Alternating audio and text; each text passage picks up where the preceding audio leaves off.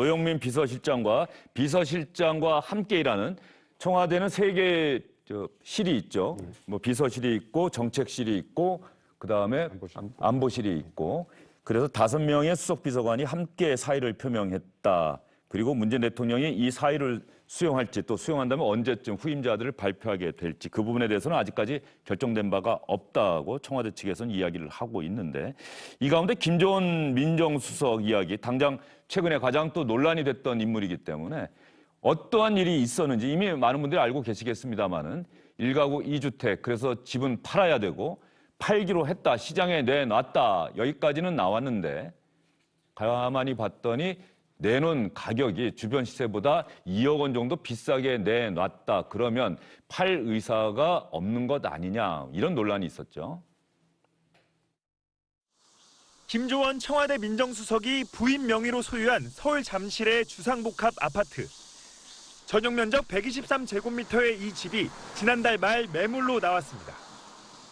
지난 2001년 4억 3천만 원에 산 집인데 매도 희망 가격은 22억 원으로 확인됐습니다. 같은 아파트, 같은 전용 면적의 집들은 매도 호가가 얼마나 될까? 4채가 매물로 나와 있는데 호가는 18억 9천만 원에서 20억 원 사이입니다. 김 수석 측이 다른 집보다 2억 원 넘게 비싸게 내놓은 셈입니다.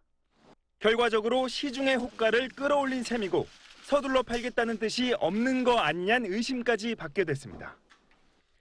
청와대 고위 관계자는 공인중개사무소에 집을 팔아달라고 내놨지만 가격을 얼마라고 정하진 않았을 것이라고 말했습니다.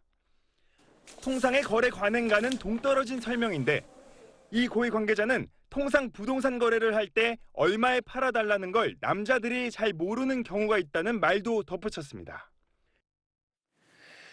여기까지가 정유식 기자의 리포트가 나갔는데 원일이 위원 김조원 민정수석이 이 집을 내놨는데 내놓은 것 자체를 거둬들인 겁니까? 아니면 다른 부동산에다가 또 맡겼다는 겁니까? 그 후속 기사가 어떻게 나오고 있죠? 뭐 2가지 얘기가 다 나오고 있네요. 첫째 내놨던 그 부동산에서는 지금 매물이 4개가 있는데 18억에서 20억 사이로 형성돼 있는 이 호가에서 김조원 수석은 2억을 더 올려서 22억에 팔았으니까 이거는 이른바 소위 말하는 배짱 매물이라고 봐야 되겠죠. 팔리면 좋고 아니면 말고식이니까 팔 생각이 없는 거 아니냐라는 언론 보도가 나왔고 그래서 물건 자체를 내린 거를 보면은 그 부동산에서는 그 매물로 사라진 거는 맞는 것 같습니다. 그런데 그게 그럼 다른 부동산에 다른 가격으로 좀 나왔는지조차는 확인이 안 되고 있습니다만은 이제 뭐 이렇게 사의를 표명하고 곧 갈릴 거라는 보도까지 나온 거 보면 어차피 부인 명의 소유인데 이 물건이 다시 시장에 나올까? 그럴 이유가 있을까? 이런 생각들은 지금 시장에서 많이 나오고 있습니다. 뭐 인근 부동산에서들 좀 며칠 지나보면 이제 답이 나오겠죠. 예. 김조원 민정수석이 사의를 표명했는데 이 집을 지금 2억 원 넘게 비싸게 내놓았는데 과연 완전히 거둬들이는 건지 그럼에도 불구하고 사의를 표명하고 혹시 사의가 수리용이 된다고 하더라도 이 집은 국민과의 한 약속 지키기 위해서 팔지 이 부분은 좀 지켜봐야 되겠고 아마 그 결과는 상당히 큰 기사로 또 여러분께 전달이 될 것 같은데 어제 정유식 기자의 마지막 문장을 보면 김조원 민정수석 측은 어제죠. 다른 공인중개사무소로 매도 의뢰를 바꾼 것으로 전해졌는데 호가를 얼마로 했는지는 확인되지 않았습니다. 이렇게 돼 있어요. 그리고 청와대 해명, 남자들은 잘 모른다. 집을 얼마에 내놓는지. 이 해명 때문에 사실은 또 이런저런 논란이 좀 나오고 있죠. 이게 사실 이제 전 국민에게 모든 방송으로 중계되는 매물이거든요. 그렇기 때문에 시가보다 실질적으로 싸게 매물이 나오면은 바로 전화합니다. 이 방송을 보는 시청자분들 중에서 구매 여력이 있으신 분들 같은 경우에는. 그런데 그렇지 않은 거로 봐가지고 결국엔 매매 의지가 없다라고 볼 수 있는 거고요. 사실 호가가 높은 이유는 아까 설명한 2가지입니다. 팔 의도가 없거나 아니면 저는 뭐 약간 특수한 경우 있을 수 있겠습니다만 같은 그 단지를 하더라도 집의 인테리어 상태에 다를 수 있기 때문에 뭐 예를 들어 금수도 꼭지가 있는 집일 수도 있고 그건 모르겠습니다. 하지만 지금 시점에 봤을 때는 만약에 매매가 되지 않는다면은 아까 말했던 것처럼 결국 문재인 정부에서 공직에 몸담았던 분들이 공과 사의 구분에 있어가지고 공 쪽에 비중을 많이 두지는 않았던 것 같다라는 비판을 피해갈 수 없을 거로 보입니다. 예. 그럼에도 불구하고 또 만약에 통합당 정부였다고 한다면은 1가구 1주택 이렇게 했으면 좋겠다.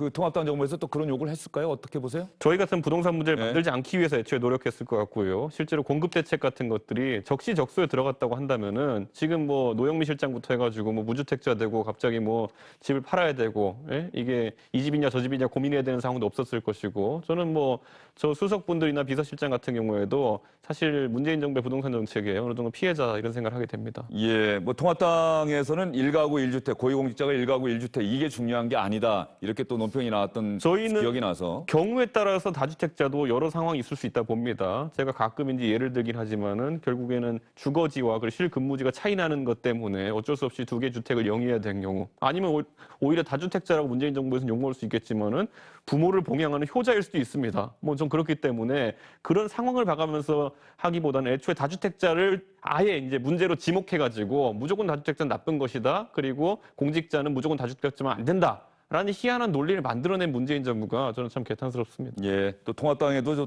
다주택을 갖고 있는 의원들이 많다는 또 기사도 나오고 있어서 그런 부분에 있어서는 뭐 시청자분들이 이런저런 얘기를 다 들으실 것 같고요.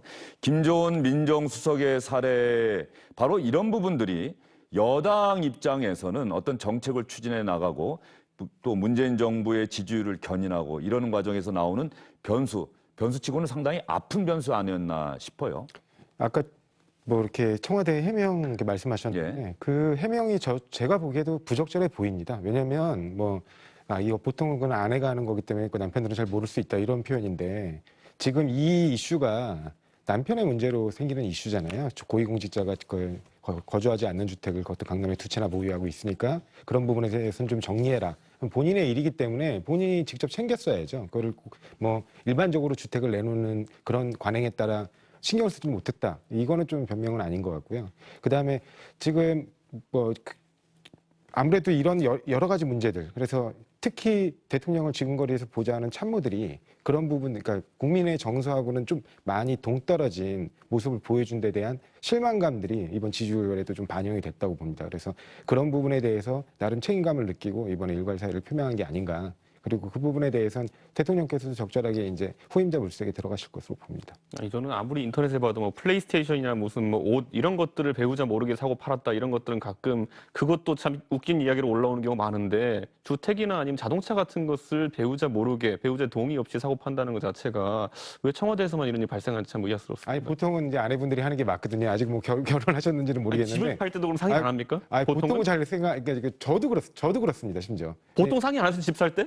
집 살 때 상의 아내가 주도적으로 해서 결정을 하죠. 예. 그러니까 그런 부분에 대해서 구체적으로 뭐 몇 억 원에 내놨냐 이런 것까지 물론 그걸 상의 안 하세요? 그럼요. 집을 팔 때는 이 집을 팔 것이냐 말 것이냐를 결정하는 문제는 당연히 상의를 하겠지만 그걸 뭐 20억에 내놓을 거냐, 22억에 내놓을 것이냐, 뭐 18억에 내놓을 것이냐 이런 디테일한 부분까지 상의하고 그러는 걸로는 일반적으로 그렇게 하지 않습니다. 전 진짜 서민들은 상담한다고 알고 있습니다. 예, 이준석 전 최고도 일단 결혼을 한번 해보시면, 네. 예, 결혼 한번 해보시면은 보다 정확하게 알게 되지 않을까 하는 생각은 들고요. 뭐 상의라고 하는 부분이 서로 상의를 한 다음에 협의를 거쳐서 최종적으로 결정하느냐 이거냐 아니면은 주도적으로 뭐 청와대 해명처럼 아내가 주도적으로 다 한 다음에 그 다음에 적어도 여보 오늘 집을 내놨는데 22억에 내놨어. 이 정도는 얘기할 수 있는 것 아니냐 이거죠. 뭐 그럴 적어도 수도 그 정도는 알겠죠. 그것까지 얘기 안 한다고 한다면 그건 좀 부부 사이에 문제가 있는 건 아닙니까? 그런데 그게 예. 이제 예를 들면 시가보다 좀 높은 가격에 내놨냐 이런 걸 미처 챙기지 못했다는 거가 제가 부적절하다는 거고 왜냐하면 본인의 일이니까. 근데 일반적인 부부 사이에서 그런 것까지 다 야 요즘 매물은 얼마인데 지금 이거는 이 정도에 내놨어라고까지 뭐 디테일하게 신경 쓰지는 않는 경우가 왕왕 있다는 겁니다.